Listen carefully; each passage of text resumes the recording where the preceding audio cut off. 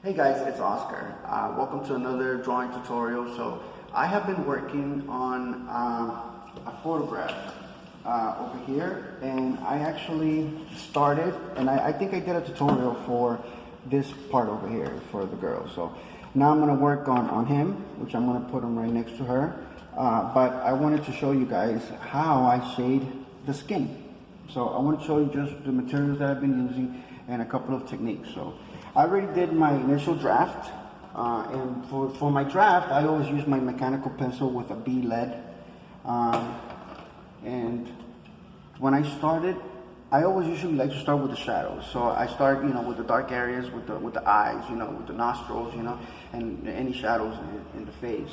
And usually I use my 4B, my 6B, or even my 8B pencil, if I need to get that dark. For example, like in the pupil here, in the iris of the eye, I outlined the pupil with the 8B, and then I did the iris with the 8B. So for the skin, I've been using my B lead, and what I do is I just very lightly, I just start and I start shading. Obviously, wherever there are darker spots, I obviously go a little darker, but nothing too crazy. I don't want to do an exact replica right now. Right now what I'm just doing is I'm just laying the foundation. Think of it as, if you're doing makeup, think of it as the foundation, the powder that you put on your face. So once I get my shade close, not exact, but close to where I want it, then I have a couple of tricks. Some people use the blending stick, blending stump. I like to use toilet paper.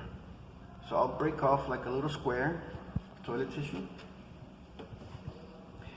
Some people like to fold the toilet tissue. I've seen people do this and fold it in different parts to shade. I like to roll it. So what I do is break off one square, and then I'll roll it like this.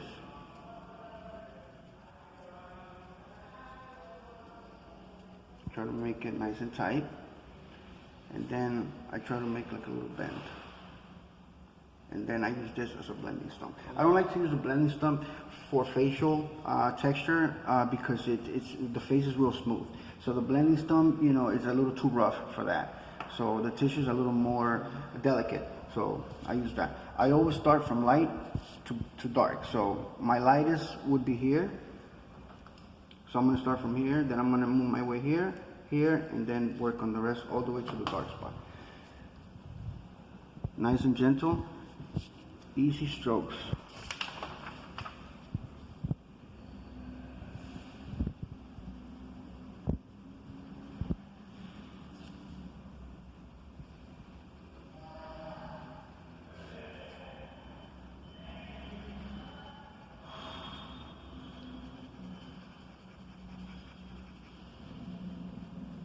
Always in a circular motion.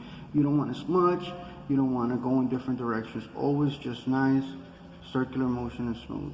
Like I said, I'm going to do my light spots first. So then I'll go here.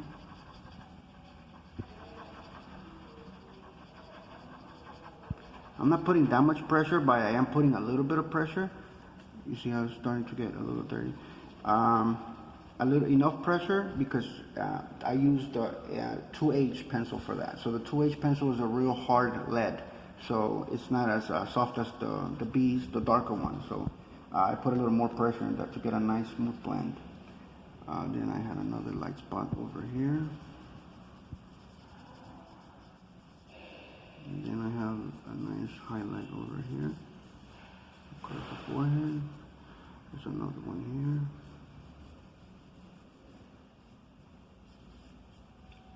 Once I'm done with my highlights, then I'll flip it over or, pick another clean side. I don't want to reuse the same side, too much because it starts, dropping little fine fibers and particles. So, and then I will start on my next shade, which is like a mid-tone or not really a mid-tone, but compared to the area that we're working on, it would be a mid-tone for here. So this one, I'm going to blend a little more, and I'm going to blend the outlines of the darker hair into the light highlight. because I want it to be a smooth transition from the mid-tone to the highlight. So if you pay attention here, you see the pencil strokes. So I'm going to even it out with the tailor tissue, and it's going to give me a nice smooth blend. Same thing here, you see these hard lines? I'm going to blend it out, always following the direction of the shape or the stroke or the angles. I don't want it to just be messy all over the place, so circular motion.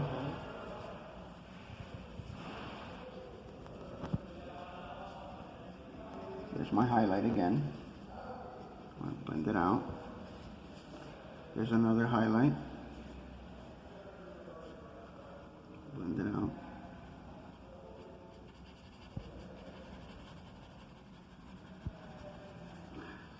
With the midtones and with the shadows, you can be a little more free with it. It's not like the highlights. I had to be real careful and keep it, you know, so I don't smudge that area.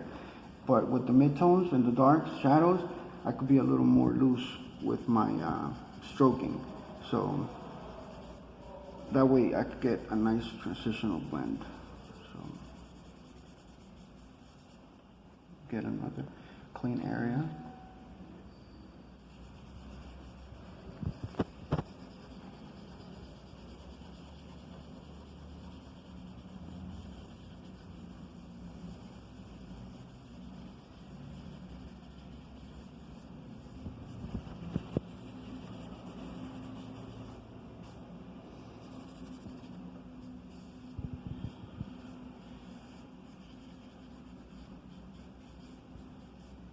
Once I have that done, I come back with my gummy eraser or my kneaded eraser, and I would just, you know, do a couple of like touch-ups on my highlights.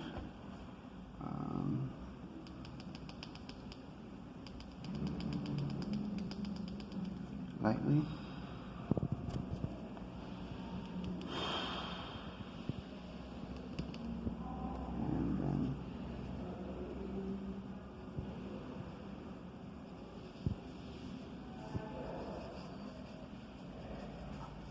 Once you have the foundation done, you could always come back with your B pencil or your 2H or your HB pencil, which are the real hard pencils, the real dark ones.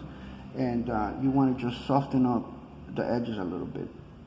You don't want to see that line because it's not really a line in the face. There's no lines here. It's just like a shadow. So you're just going to blend and soften off that edge. Not a lot. Real light. Be careful. Fill up the edge here like this. Same thing here.